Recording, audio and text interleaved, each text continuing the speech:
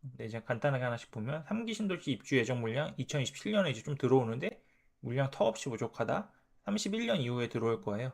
인천 계양, 부천 대장 이렇게 여기 좀 큰데 인천 계양이 이제 사전 청약하죠. 그래서 이거 관심 있으신 분들은 넣어보셔도 좋을 것 같고요.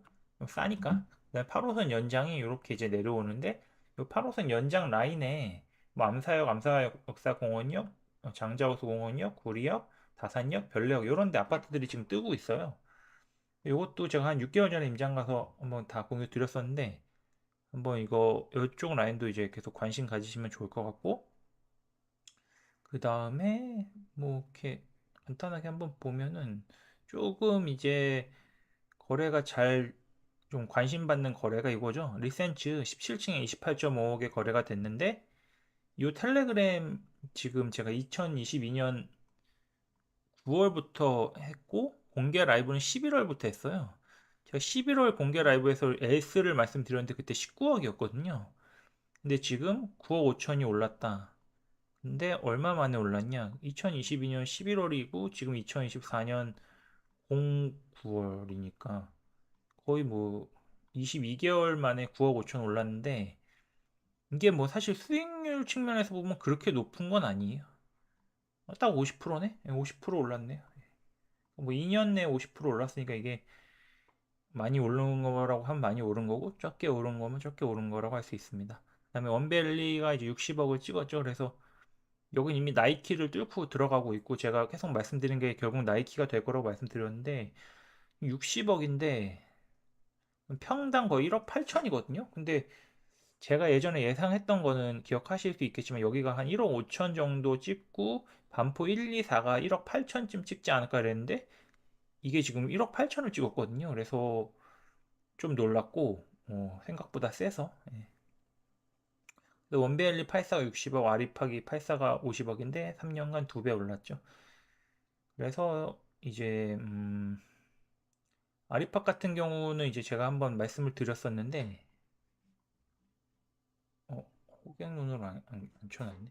호갱론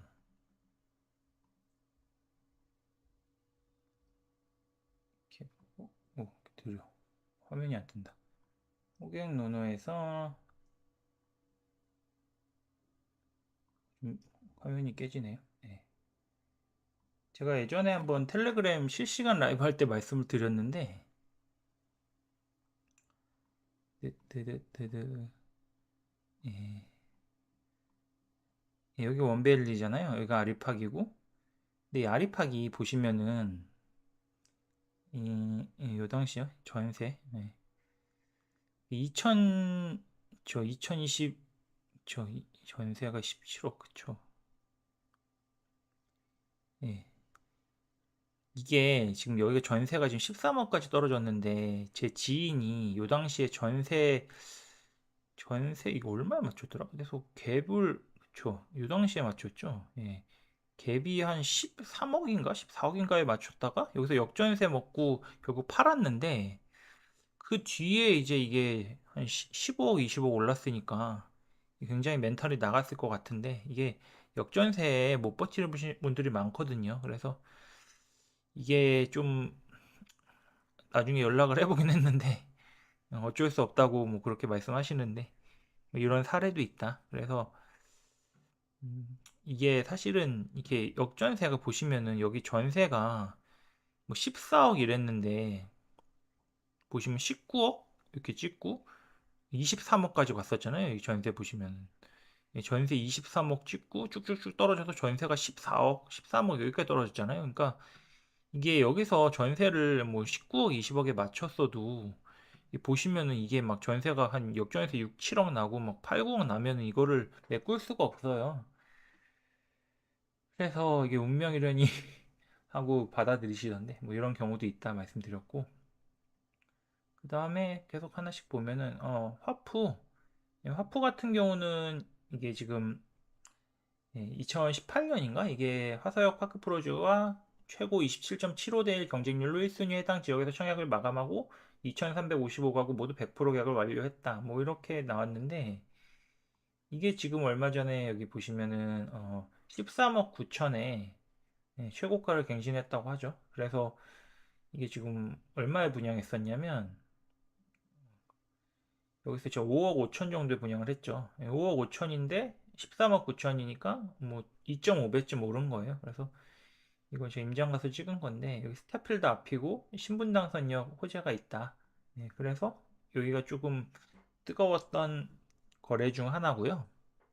그 다음에 이렇게 계속 보시면은 최근에 근데 뭐 얼죽신 이러는데 30년 초과 아파트 거래량이 1분기 18.8, 2분기 17.8, 3분기 21.2%로 이 30년 초과 아파트 거래량이 점점 늘어나고 있어요. 그래서 구축 거래량이 늘어나고 있다 이렇게 보시면 되고 이 가계대출 보시면은 A사, B사, C사, D사, E사가 있는데 이 보시면은 이게 지금 2024년 8월 21일 기준 잔액이잖아요.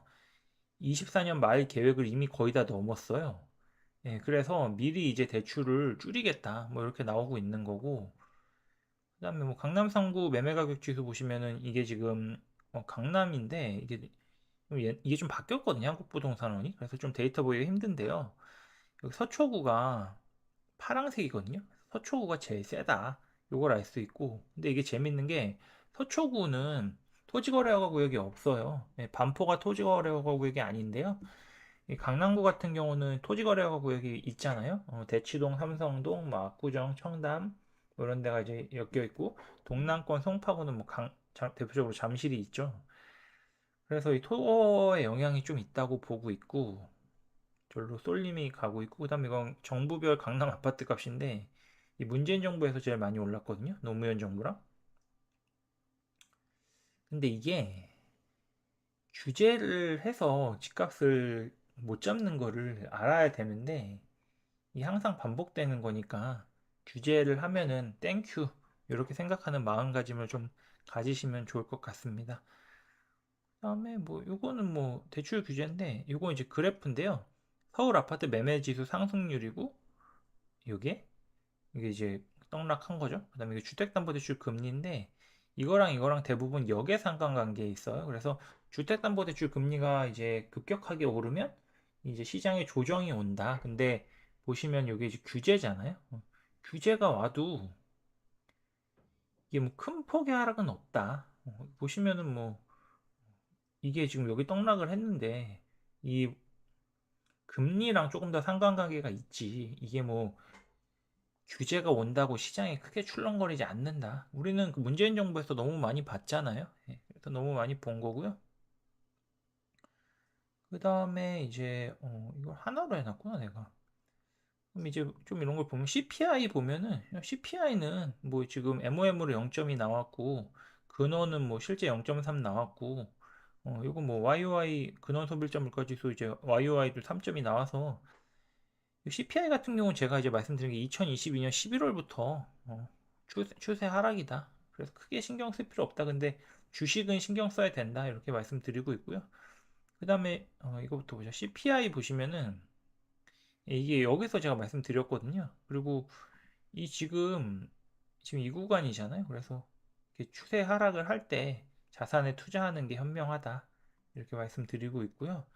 그 다음에 이제 미국이 이제 금리 인하를 했잖아요. 0.5%나 했죠? 근데 요건 이제 뭐냐면은 이 빨간색 미국 기준금리 인하 이제 요 시점까지 하지 않을까? 이렇게 보고 있고 한국은 요 시점 한 2% 정도까지 하지 않을까? 이게 그 나라의 성장률이랑 좀 상관이 있는데 우리나라는 미국보다 금리를 높게 가져갈 수가 없어요. 왜냐하면 미국만큼 성장률이 나오지가 않으니까. 그래서 이게 이 선을 넘어가면은 우리나라는 못 버텨요. 근데 지금 굉장히 무리하고 있죠. 근데 지금 자영업자들, 뭐 사업자들 다 힘든데 기업도 힘들고 빨리 내리길 바랍니다. 지금 부동산 눈치 보면서 안 내릴 때가 아니라고 보고 있고요. 빨리 내려야 됩니다. 근데 또 고집 부리시면은 안 될 것 같고 그냥 금리나 지금 요거 이제 점도표인데요. 이 형들이 어디까지 내릴지 한번 보시면 여기 26년 말이잖아요. 그래서 여기가 좀 많잖아요. 그래서 3% 밑으로 가지 않을까 이렇게 보고 있고 여기 뭐 2.7, 2.8 이런데 저는 여기까지는 내려올 거라고 보고 있고 그 다음에 27년 말이랑 26년 말이랑 비슷하니까 거의 한 2년 정도 이제 내리겠다 이거죠. 예, 그래서 금리가 내리면 자산 시장에는 호재다 이렇게 보시면 되고요. 이건 이제 같은 거고, 그 다음에 그리고 이제 이런 거 있지 하나 볼까요? 이제 공급 물량 보시면은 수도권은 51,940개, 지방은 33,071개인데 이거 왜 수도권이 더 많을까? 당연하죠. 수도권이 잘 팔리니까 그래요.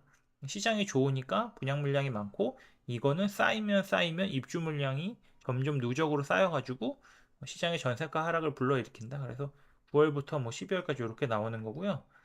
요거 계양지구인데 사전 청약 물량 제외해서 300가구 우선 먼저 공급하고 26년 입주 목표인데 우선 이게 하나 들어가는 거라 이게 전체적으로 다 들어가야지 시장에 좀 큰 영향이 있을 겁니다. 그래서 이건 시장에 큰 영향이 없고 기재부에서 11월 중에 이제 공포 시행할 건데 혼인에 따른 1세대 주택 간주기간 확대 5년에서 10년 상생 임대주택 양도세 특례 26년 12월 신축 소형주택 양도세 중과주택수 제외해서 특례 적용기한 연장 27년 12월인데 여기서 그 혼인에 따른 1세대 1주택 간주기간 확대를 5년에서 10년으로 한다는 게 결혼하기 전에 서로 1주택씩 갖고 있으면 혼인하고 나면 2주택이 되잖아요.